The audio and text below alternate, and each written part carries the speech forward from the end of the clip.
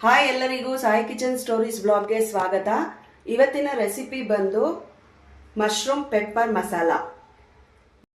ಬನ್ನಿ ಆಗಿದ್ರೆ ಏನೆಲ್ಲ ಇಂಗ್ರೀಡಿಯೆಂಟ್ಸ್ ಹಾಕಬೇಕು ಅಂತ ನೋಡ್ಕೊಳ್ಳೋಣ.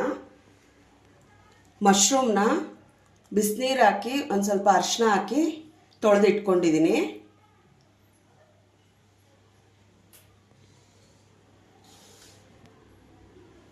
ಇದಕ್ಕೆ ಮಸಾಲೆ ಬಂದು ಈರುಳ್ಳಿ 2 ಹಚ್ಚಿಟ್ಕೊಂಡಿದ್ದೀನಿ, ಟೊಮೊಟೊ 1 ತೊಗೊಂಡಿದ್ದೀನಿ, ಶುಂಠಿ, ಮೆಣಸಿನ್ಕಾಯಿ, ಪೆಪ್ಪರ್,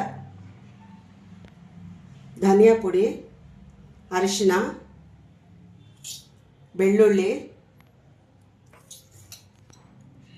ಚಕ್ಕೆ, ಲವಂಗ, ಏಲಕ್ಕಿ.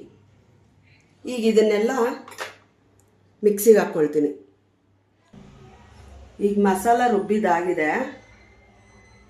ಇದನ್ನು ಇವಾಗ 2 ವಿಷಲ್ ಕೂಗಿಸ್ಕೊಂಬಿಡೋಣ. ಕುಕ್ಕರ್ಗೀಗ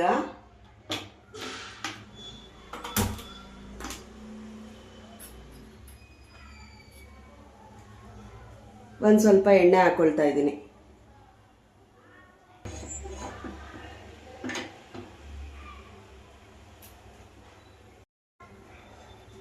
ಎಣ್ಣೆ ಕಾದಿದೆ. ಈಗ ಇದಕ್ಕೆ ಈರುಳ್ಳಿ ಹಾಕ್ಕೊಂಡು ಸ್ವಲ್ಪ ಹಸಿ ವಾಸನೆ ಹೋಗೋ ತನಕ ಹುರ್ಕೊಳ್ಳೋಣ.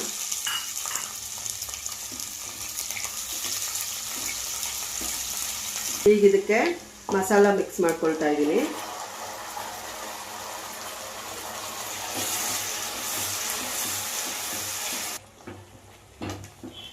ಇದಕ್ಕೀಗ ಜಾರ್ ತೊಳೆದಿರೋ ನೀರು ಹಂಗೆ ಮಸಾಲೆದು ಅದನ್ನು ಮಿಕ್ಸ್ ಮಾಡ್ಕೊಳ್ತೀನಿ. ಸ್ವಲ್ಪ ನೀರು ಹಾಕ್ಕೊಂಡ್ರೆ ಸಾಕು. ರುಚಿಗೆ ತಕ್ಕಷ್ಟು ಉಪ್ಪು ನೋಡ್ಕೊಂಡು ಹಾಕ್ಕೊಳ್ಳಿ.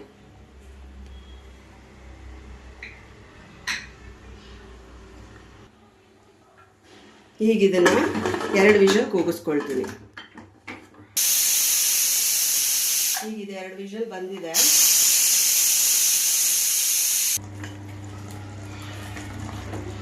ಇದಕ್ಕೀಗ ಈ ಬಿಸಿನೀರಿನಲ್ಲಿ ಏನು ನೆನೆಸಿಟ್ಕೊಂಡಿದ್ವಿ ಈ ಮಶ್ರೂಮ್ನ ಮಿಕ್ಸ್ ಮಾಡ್ಕೊಳ್ತೀವಿ.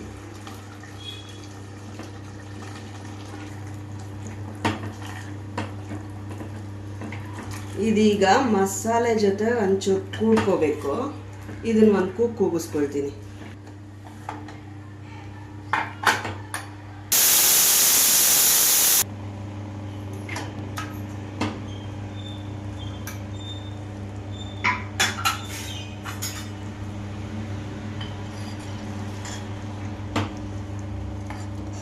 ಬೆಂದಿದೆ. ಈಗ ಇದನ್ನು ಬೌಲಿಗೆ ಶಿಫ್ಟ್ ಮಾಡ್ಕೊಳ್ತೀನಿ. ಮಶ್ರೂಮ್ ಪೆಪ್ಪರ್ ಮಸಾಲ ರೆಡಿ ಇದೆ. ಒಂದ್ಸಲಿ ಟ್ರೈ ಮಾಡಿ. Thank you.